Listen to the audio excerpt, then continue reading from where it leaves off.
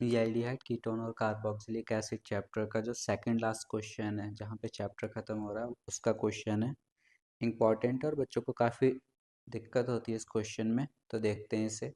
एक कार्बनिक यौगिक है जिसमें कि 69.77% कार्बन है, 11.63% हाइड्रोजन है तथा बचा हुआ ऑक्सीजन है। फिर दिया है कि यौगिक का द्रव्यमान आणविक द्रव्यमान 86 है और तीन बातें बता रखी हैं कि ये टॉलेंस अभिकर्मक को अपचयित नहीं करता है, मतलब रिएक्शन नहीं करता है टॉलेंस रिएजेंट से। सोडियम हाइड्रोजन सल्फाइड के साथ यौगिक यौगिक बनाता है तथा आयोडोफॉर्म परीक्षण देता है। प्रबल ऑक्सीकरण पर ये एथेनोइक अम्ल व प्रोपेनोइक अम्ल देता है। तो जो यौगिक हो सकता है उसकी संरचना बतानी है। अब आप देखो कार्बन का परसेंटेज दे रखा है हमें, ठीक है, 69.77, हाइड्रोजन का 11.63, ऑक्सीजन का कैसे निकालोगे? टोटल परसेंटेज 100 होती है, तो इन दोनों को जोड़कर 100 में से माइनस कर दो, तो ये आ जाएगा 18.6%। अब हम क्या करेंगे, number of moles carbon hydrogen और ऑक्सीजन के निकालेंगे। उसके लिए प्रतिशत को परमाणु भार से भाग करते जाओ, तो कार्बन का निकालोगे कार्बन का प्रतिशत, उसका परमाणु भार 12, हाइड्रोजन का निकालोगे मोल 11.63 जो प्रतिशत है और एक उसका परमाणु भार होता है। ऑक्सीजन का कितना प्रतिशत आया था 18.6, उसको 16 से भाग कर दोगे तो ये आ जाएगा 1.16, हाइड्रोजन का 11.63 और कार्बन का 5.81। अब हम कार्बन हाइड्रोजन और ऑक्सीजन के जो मोल्स हैं इनका भी सरलतम अनुपात निकालते हैं। तो तरीका ये होता है कि जितने भी तत्व हैं उनके मोल्स में जो सबसे छोटा वाला मोल है उससे तीनों को भाग कर दो। तो सबसे छोटा ऑक्सीजन का है 1.16, तो आप 5.81 को 1.16 से भाग करोगे 5 आ जाएगा। हाइड्रोजन का 11.63 को भी 1.16 से छोटे वाले से भाग करोगे तो ये 10 बन जाएगा बच्चे, और 1.16 को खुद से ही भाग करोगे तो ये 1 आ जाएगा। तो ये जो आया ना 5, 10 और 1, ये कार्बन हाइड्रोजन और ऑक्सीजन का नंबर हो गया। तो ये मूलानुपाती सूत्र कहलाता है, एम्पिरिकल फॉर्मूला।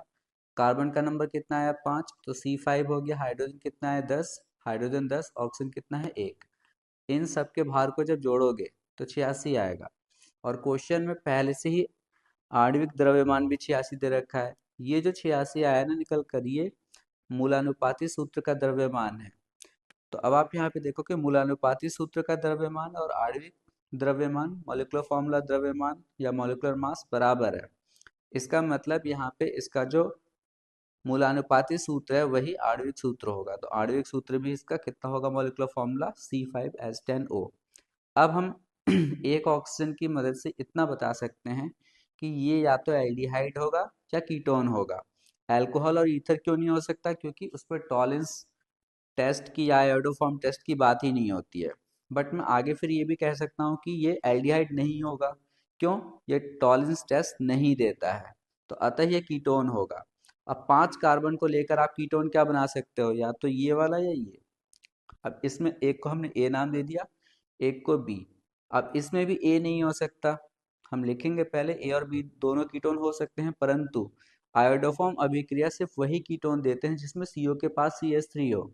तो इसमें तो CO के दोनों तरफ CH2 है, तो हम कह सकते हैं कि जो कीटोन होगा वो बी वाला होगा। अब हम क्या करेंगे, तीनों रिएक्शन जो ऊपर दे रखी हैं वो करके दिखाएंगे। पहले सोडियम हाइड्रोजन सल्फाइड से रिएक्शन कराओगे तो ये टूटता है Na+ और SO3H- में, तो O के साथ जुड़ जाएगा ONA और नीचे यहाँ पे SO3H, तो ये बन गया।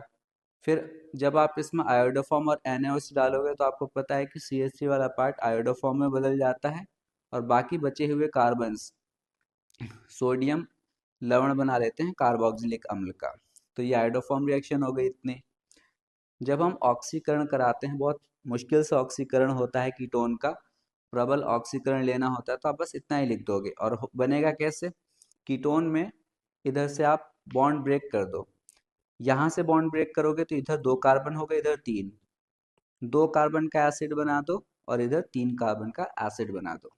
ठीक है, तो इस तरीके से ये क्वेश्चन हम